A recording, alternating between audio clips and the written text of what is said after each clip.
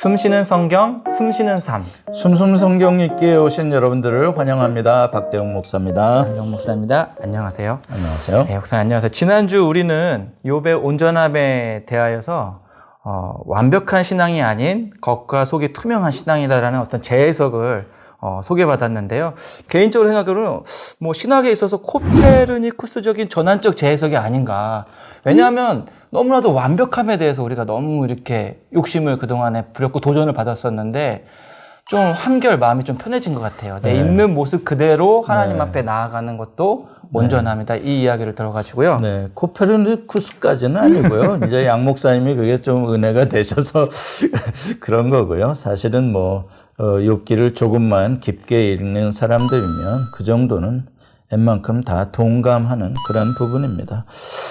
이제 8장에 드디어 이제 빌닷이라는 사람이 등장을 하게 됩니다. 이제 욥이 자기의 온전함을 이렇게 계속 주장하고 있으니까 빌닷이 좀 이제 감정이 좀 격앙이 된 것 같아요. 왜냐하면 엘리바스가 한 말이 참 좋은 말을 충고를 했는데 그 충고를 전혀 받질 않는 이 욥을 보고 이제 조금 아무래도 이제 좀 감정이 에스컬레이트이 되는 법이잖아요. 이렇게 하다 보면은. 그래서 이제 이런 표현을 합니다. 네가 어느 때까지 이런 말을 하겠으며 어느 때까지 내 입의 말이 거센 바람과 같겠는가? 하나님이 어찌 정의를 굽게 하시겠으며 전능하신 이가 어찌 공의를 굽게 하시겠는가? 이렇게 딱 이야기를 합니다. 그러니까 한마디로 말해서 그 말도 안 되는 그 말을 자꾸 그렇게 내뱉냐? 입 닥쳐라. 이런 표현이죠. 네. 하나님 당연히 악인의 장막을 멸하시고, 그렇죠? 하나님께서는 그런 죄인들을 벌하시는, 절망하게 하시는 그런 분이죠. 그거는 인류의 역사에서도 증명되어지는 일이고요. 또 앞으로 궁극적인 역사의 종말도 결국 악인을 멸망시키고, 그렇죠?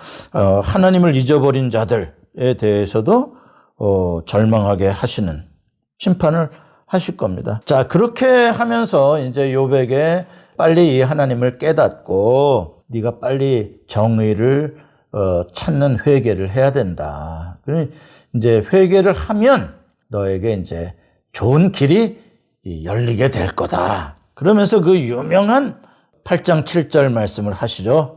욥기를 잘 모르는 사람도 요 구절 정도는 외우죠. 네 시작은 미약하였으나 네 나중은 심히 창대하리라.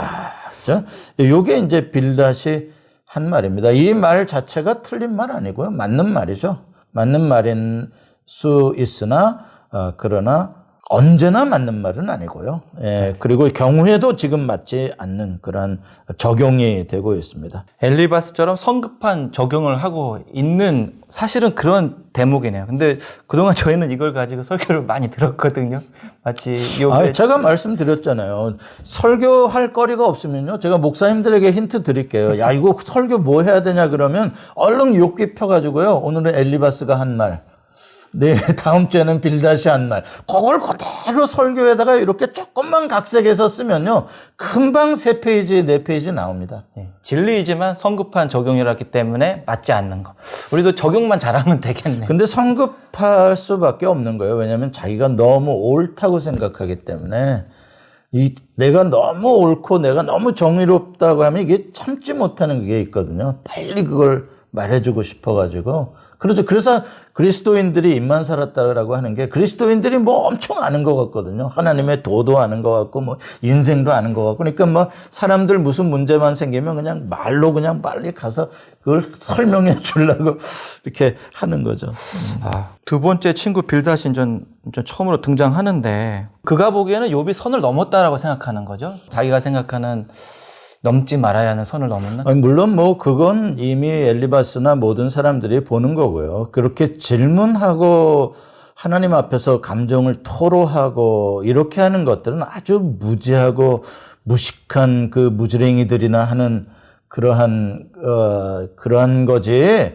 교양이 있고 그래도 하나님을 좀 믿고 말이지 하나님에 대해서 다른 사람에게 좀 가르쳤다는 사람이 고난 좀 당했다고 그렇게 그 막말을 그렇게 점잖지 못한 용어들을 그렇게 밑바닥까지 그 드러내는 그런 표현들을 쓸 수 있느냐 이제 그렇게 볼 수 있는 거고요. 그러나 그런 표현들보다도 일단은 빨리 답을 주고 싶어서 욥이 계속 답을 못 찾는 것 같으니까 빨리 답을 주고 싶어서 더 강한 어조로 또 다른 사람이 비슷한 내용을 또 강요하는 거죠. 빨리 받아들여라 이렇게 이야기를 합니다. 근데 이제 빌닷의 이러한 내용은 다 맞은데도 결정적으로 틀린 건 뭡니까?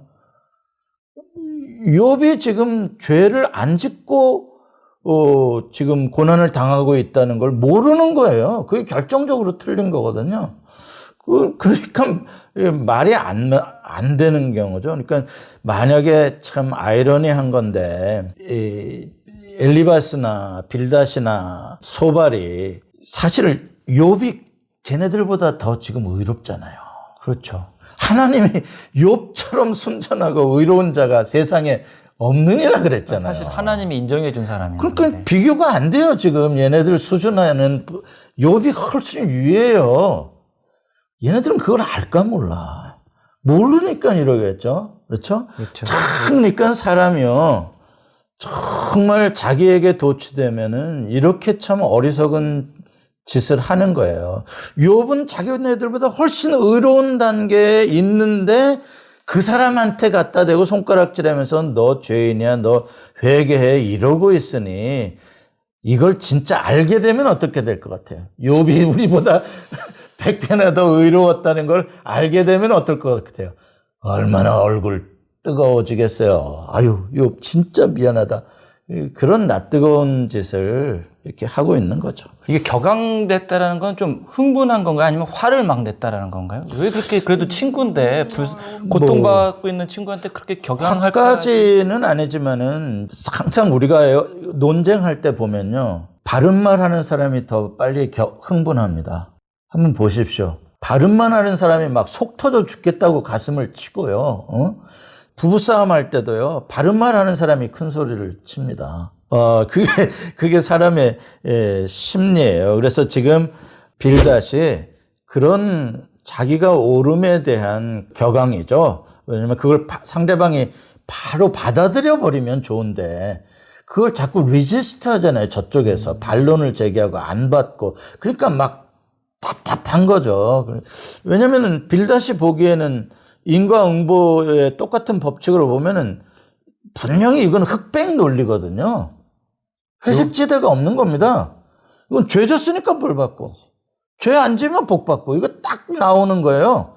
뭐 어려울 게 뭐 있어. 뭐 하나님 앞에 토로하고 뭐 가르쳐 주세요. 뭐 질문할 게 없는 거죠. 그러니까 이 분명한 정의는 분명한 해석을 갖고 있고요. 그렇기 때문에 분명한 정의와 분명한 해석을 갖다 보니까 계속 질문하는, 계속 모르겠다라고 이렇게 외치는 욥이 너무 답답하고 한심스럽게 보이는 거죠. 그러니까 전혀 상호 소통이 안 되는 겁니다.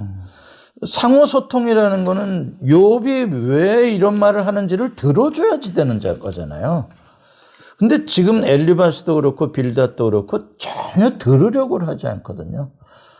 이게 지금 제일 심각한 문제입니다. 그래서 이게 종교적인 폭력이라는 게 이런 겁니다. 그러니까 옳다는 것 때문에 이렇게 해도 되는 것처럼 막 상대방을 죄인으로 간주하고 막 이렇게 말로 윽박지르고 협박하고 강요하고 막 이렇게 그러니까 전혀 저쪽에서 말하는 걸 들어주려고 하는 세상의 법정도요 이렇게는 안 합니다. 세상 법정도요 살인자에게도요 자기를 변호할 수 있게 말해보라고 해주는데요 들어보겠다고 하는데요 지금 이건 너무 심한 거죠. 사실 너무 심합니다. 그러고 보면 솔직히 저도 그러니까 그런 거잖아요. 그러니까 내가 무조건 맞으니까 너는 그렇죠. 말하지 말고 무조건 들으라고 그렇죠. 지금 계속 네 소리 들어줄 게 없는 거예요. 압력이 아닌 압력, 그러니까 막 이렇게 푸시하고 있는 거잖아. 왜 안 듣냐 이렇게 하면서. 그렇죠. 저도 제 아내한테 그런 식으로 많이 했었습니다. 미안합니다.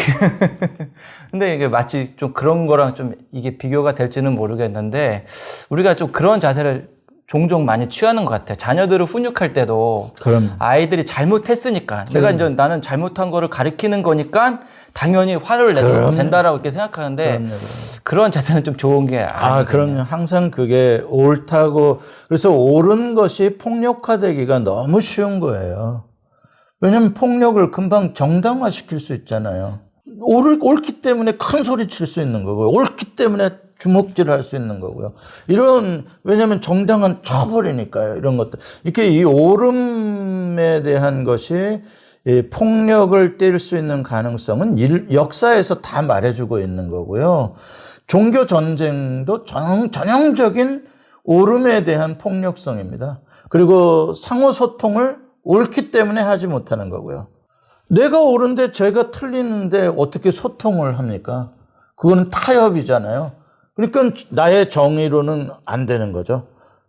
그러니까 틀린 것에 대한 처벌만 있을 뿐이죠. 뭐 안 돼. 그러니까 나도 옳고 만약에 저 사람도 그럼 나도 정의고 그러면 어떻게 돼요?